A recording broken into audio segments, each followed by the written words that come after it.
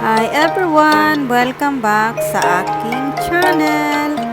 Ngayon, magluluto tayo ng tipid na ulam. Tipid pero masustansya.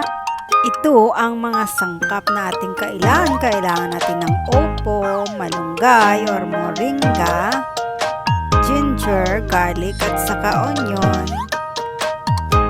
salt and pepper, at syempre ang ating pangsahog na sardinas. Ating lagyan ng mantika ang ating lutuan. Then ating igigisa ang ating garlic, onion, and ginger.